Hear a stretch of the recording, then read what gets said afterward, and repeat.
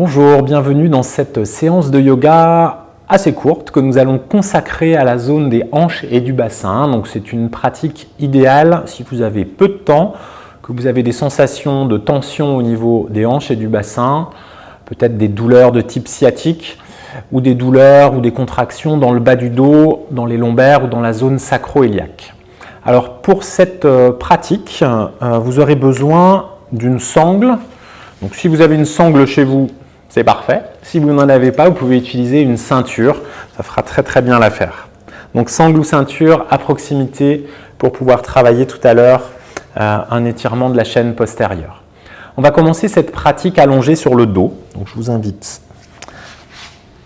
à vous allonger sur votre tapis avec les jambes fléchies. On prend le temps d'installer notre dos, de le relâcher. Les épaules sont plutôt écartées, légèrement vers le bas. On trouve une belle position pour notre nuque, pour notre tête. On ne va pas s'occuper d'elle, mais autant lui donner un petit peu de confort. Et les jambes sont légèrement écartées, largeur du bassin, dans leur écartement naturel. On va ramener notre genou droit près de la poitrine et placer les deux mains sur notre genou droit. On va commencer par presser notre cuisse sur notre ventre, en gardant le bas du dos relâché au sol, donc sans que ça fasse décoller notre sacrum ou notre coccyx. On va faire des tout petits mouvements avec notre genou, par exemple des cercles. Donc on peut faire des cercles dans un sens avec plutôt une recherche de lenteur, de présence, de fluidité, que de faire quelque chose de très grand et de très agité. On change de sens pour nos cercles, on tourne dans l'autre sens, on peut élargir un petit peu le diamètre si on souhaite. Et on va revenir en position neutre. On va placer notre cheville droite sur notre genou gauche. Alors c'est plutôt le bas du tibia, si on veut être précis, qui va se placer juste au-dessus du genou. Votre pied droit va rester flex et votre genou droit là, va venir se placer en ouverture. On va placer la main droite juste sur le genou et on va faire une très légère pression avec notre bras en direction du genou. Donc quelque chose de très doux, juste pour sentir une toute petite sensation d'ouverture dans la hanche, sans forcer. On relâche cette pression. On va aller chercher notre genou gauche maintenant. Donc la main droite, elle passe dans le petit trou sous le mollet et la main gauche passe à l'extérieur. On a le droit de décoller notre pied, nos épaules et notre tête pour le faire. Par contre, après, il faut reposer nos épaules et notre tête. Si votre tête ne touche pas le sol, n'hésitez pas à mettre un coussin sous votre tête. Essayez de garder les deux pieds flex, donc légèrement engagés, comme si vous aviez les chevilles bien fléchies. Si le fait de prendre à l'extérieur du tibia est trop intense, n'hésitez pas à venir chercher juste à l'intérieur de la cuisse, entre le mollet et la cuisse.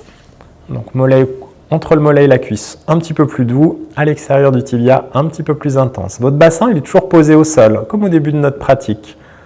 Vous avez même la sensation que les lombaires sont légèrement creusés, position neutre du dos. On prend encore 3 respirations très profondes ici. Vous pouvez même expirer bouche ouverte. Inspirez par le nez et expirez bouche ouverte.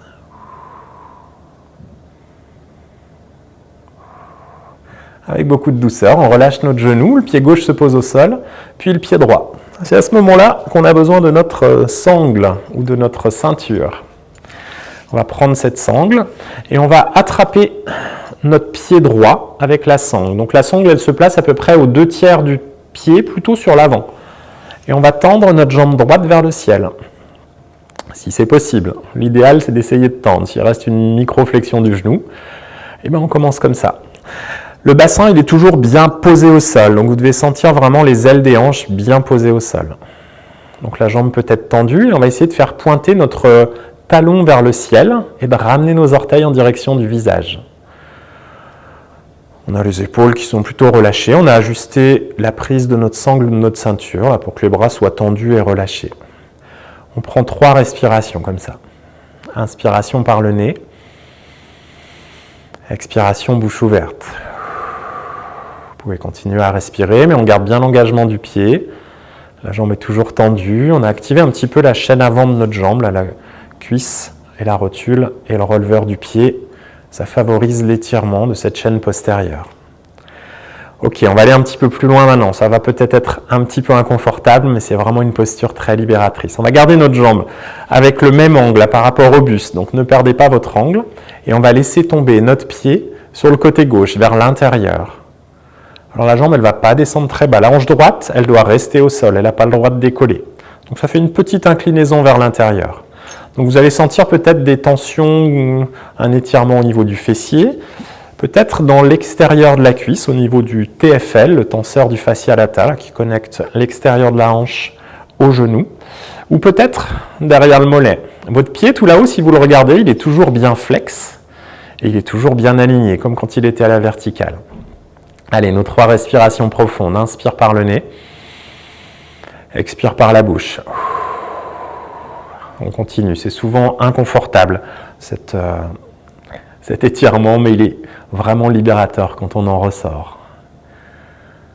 Allez, une dernière. Sur une inspiration, on va ramener notre jambe à la verticale. On peut enlever délicatement notre sangle et ramener notre pied droit au sol. On observe nos sensations entre la jambe droite et la jambe gauche. On va s'occuper de notre jambe gauche, genou près de la poitrine. On place les 2 mains sur notre genou et on vient presser très légèrement notre cuisse sur notre ventre. Le pied droit lui est posé au sol, jambe fléchie. On a toujours notre bassin bien ancré sur le tapis. On refait nos petits cercles, nos petits ronds avec notre genou. Donc plutôt un mouvement fluide, très régulier, en essayant de prendre conscience de ce qui bouge dans notre hanche, dans notre bassin, dans l'arrière du dos. Le yoga, c'est aussi la connaissance de soi, du fonctionnement de son corps, de son organisme. On change de sens, un petit rond dans l'autre sens. Toujours la présence, la fluidité, la mobilité. Et on revient au centre, tout doucement. On va placer le bas de notre tibia gauche sur notre genou droit. Donc la cheville est flex. Et on va placer notre main gauche sur notre genou gauche. Et on va faire une très légère pression. L'idée, ce n'est pas de forcer notre articulation, c'est juste d'aller chercher une toute petite sensation dans la hanche et de commencer à préparer cette ouverture de notre jambe gauche pour la suite de notre pratique. On relâche en douceur, on décolle notre pied, nos épaules, notre tête et on va attraper notre genou droit. Donc toujours pareil, le bras gauche, là, il passe sous le mollet gauche pour aller attraper soit l'extérieur du tibia, soit à l'intérieur entre la cuisse et le mollet, au choix. Une fois qu'on a fait notre prise, on peut reposer nos épaules et notre tête. Vous pouvez réengager légèrement vos pieds, donc pieds très légèrement flex, orteils aussi, ça permet à la fois d'aller vers un meilleur alignement et puis d'avoir plus de présence dans nos postures, dans nos étirements. Votre genou gauche, imaginez qu'il a envie de reculer un petit peu vers l'arrière. Ouverture, on vient étirer là les muscles des fessiers, en particulier ceux qui sont impliqués dans les douleurs de type sciatique. On libère les tensions entre la hanche et la zone du sacrum. Respiration profonde par la bouche, comme tout à l'heure. Inspire par le nez, expire par la bouche. Les épaules, le visage sont relâchés. Allez, encore une respiration comme ça. Posture très conseillée pour les douleurs sciatiques. En douceur, on va relâcher notre pied droit au sol et ramener notre pied gauche. On récupère notre sangle ou notre ceinture et on va aller attraper notre pied gauche. Donc toujours pareil, on attrape à peu près aux 2/3 de notre pied, plutôt sur la partie avant. Le pied droit peut se rester au sol, le bassin, très important, reste aussi posé sur le tapis. Et on va tendre notre jambe gauche. Si c'est impossible, on garde une petite flexion au niveau du genou. Si on peut, on essaye de tendre. C'est important quand même d'avoir un angle qui est assez proche de l'angle droit au niveau de notre jambe et de notre buste. Le talon, il monte vers le ciel et les orteils redescendent vers le sol. La cheville est flex et les orteils aussi. Allez, on étire toute la chaîne postérieure. Là, on profite, on étire notre mollet, les ischio-jambiers derrière la cuisse, les fessiers. Et cette chaîne musculaire, là, elle est évidemment connectée à notre dos, au bas de notre dos en premier lieu. Donc quand on a des tensions lombaires, étirer l'arrière des jambes, ça peut être très très bénéfique. Allez, encore une petite dernière respiration comme ça. Et puis on va garder à nouveau là, cet angle entre notre jambe et notre buste. Le pied est toujours flex et on va laisser tomber notre pied côté droit, donc vers l'intérieur, sans décoller notre hanche gauche. Donc mes 2 hanches sont toujours au sol, mon dos n'a pas bougé, il y a juste la jambe qui s'est inclinée vers l'intérieur et j'ai surtout pas laissé mon pied partir vers l'opposé du tapis. Allez, respiration profonde. À nouveau, on explore. Là, c'est peut-être différent dans les sensations par rapport au premier côté. Et on vient libérer à nouveau les tensions fessiers, ce fameux tenseur du fascia latal qui induit parfois des tendinites sur l'extérieur du genou pour les sportifs. Et puis cette connexion avec la chaîne musculaire de notre mollet jusqu'à notre pied. Vous pouvez sentir peut-être des picotements dans le pied avec la libération des tensions. On libère une meilleure circulation des énergies, circulation sanguine aussi. On ramène notre pied à la verticale en douceur. On va relâcher notre pied et ramener notre pied gauche au sol. On peut poser notre sangle à côté de nous, on n'en aura plus besoin. On prend 1 ou 2 respirations là, juste pour savourer les sensations dans les jambes et peut-être dans le bas du dos. Sentir cette énergie là qui remonte des jambes dans le bassin. On ramène les 2 genoux près de la poitrine, une main sur chaque genou. Toujours le dos bien posé au sol pour le moment. On va arrondir notre dos, comme si on voulait regarder vers nos pieds. On va faire un petit mouvement de roulé-boulé vers l'arrière, puis vers l'avant pour revenir en position assise. On va changer de position. On va passer en position à genoux et je vais vous proposer de faire la posture du pigeon, qui est également une très belle posture pour libérer là, cette zone au niveau des fessiers. Donc les douleurs sciatiques, elles naissent souvent là, dans cette zone des fessiers et elles sont souvent liées à des tensions assez fortes des muscles stabilisateurs de notre colonne qui sont dans notre bassin. On va emmener notre pied, notre genou et notre tibia droit vers l'avant du tapis. Alors, notre objectif, ça va être d'avoir le tibia droit sur le côté droit du tapis, notre genou droit donc sur le côté droit, le tibia qui prolonge avec le pied pointé. Si vous regardez votre jambe gauche à l'arrière, le genou gauche et la hanche sont restés dans l'axe. On va essayer déjà de se placer dans cette position. Donc, l'idée là, c'est de faire tourner la cuisse et le fémur en rotation externe dans la hanche. Notre bassin, il est bien centré. Là, je ne vais pas m'asseoir ni d'un côté ni de l'autre. Si c'est très désagréable pour votre genou, la petite option, c'est de ramener très légèrement votre talon sous votre cuisse. Donc ça fait un étirement un petit peu moins intense, mais si vous avez des problématiques de genoux, ça peut être intéressant pour protéger votre genou. Si ce n'est pas le cas, on essaie de garder au moins une diagonale. On pose nos coudes sous nos épaules. Et on va s'installer. Donc toujours notre pied pointé, toujours notre bassin bien parallèle au sol. Et j'ai toujours ma jambe droite qui est dans l'axe de ma hanche. J'y jette un petit coup d'œil. Donc pour bien garder la jambe alignée, l'idéal c'est d'être sur les orteils retournés.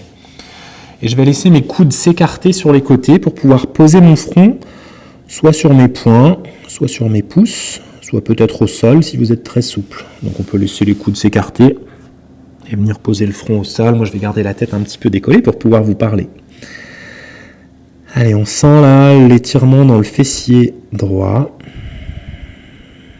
Et on prend 3 belles respirations comme ça. Inspire, on essaye d'allonger notre colonne. Expire par la bouche, bouche ouverte. On essaye de relâcher. Mes épaules et mes hanches restent parallèles au sol, bien alignées.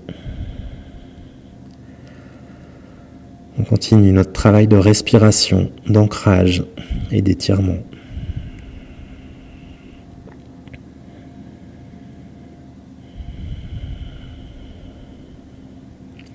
On va redresser un petit peu notre buste, ramener nos mains sous nos épaules et revenir vers l'arrière en position 4 pattes ou à genoux. On est parti pour l'autre côté. On va emmener notre tibia gauche en diagonale à l'avant du tapis. Donc le genou gauche vient se placer sur le bord gauche, le pied gauche est de l'autre côté et j'ai mon tibia en diagonale. Donc vous voyez mon bassin là, il reste vraiment centré dans mon tapis. Et ma jambe droite à l'arrière, j'ai toujours mon genou et ma hanche dans la même ligne, donc parallèle au grand côté du tapis. Laissez pas votre pied arrière partir sur le côté.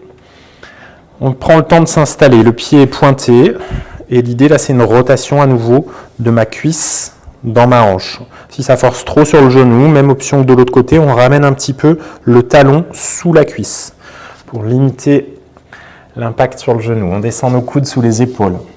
Alors peut-être qu'on reste ici, je ne voulais pas proposer de l'autre côté, mais on peut rester la tête haute si c'est déjà intense. Sinon on peut laisser les coudes s'écarter un petit peu, poser notre front sur nos pouces ou sur nos poings, ou peut-être aller poser notre front au sol. Ce qu'on recherche, c'est déjà de garder notre alignement, donc celui des épaules et des hanches, c'est notre priorité. Les épaules et les hanches doivent rester parallèles au sol. Donc si on trace une ligne entre les 2 épaules, c'est parallèle au sol. Si je trace une ligne entre mes hanches, c'est parallèle au sol. Donc je ne suis pas allé m'asseoir ni sur ma droite, ni sur ma gauche. Et ma nuque, elle est à peu près alignée avec ma colonne. Vous avez évidemment votre respiration profonde, peut-être bouche ouverte, pour ces étirements en profondeur. Les épaules sont équilibrées, les coudes aussi. Tout ça, c'est des indicateurs de votre alignement, donc de la qualité de votre posture. Une dernière respiration ici. On va redresser notre buste doucement, ramener les mains sous les épaules et revenir vers l'arrière. On va écarter nos genoux à la largeur du tapis, joindre les gros orteils l'un contre l'autre, les pieds à plat dos. Et on va terminer dans la position de l'enfant, Balasana. Les mains vont aller se positionner à l'avant du tapis, les coudes peuvent rester un petit peu sur les côtés. Et on pose notre front au sol. La tête est relâchée. Et on prend 5 respirations ici. Sur les inspires, je sens mon dos qui s'allonge, qui s'étire. Sur les expires, je recherche de l'ancrage et du relâchement dans le bassin, dans les hanches, dans le haut des cuisses. J'explore mes sensations. Je ressens les postures qu'on a fait juste avant. Dernière respiration. Et tout doucement, vous pouvez venir vous réinstaller en position à genoux.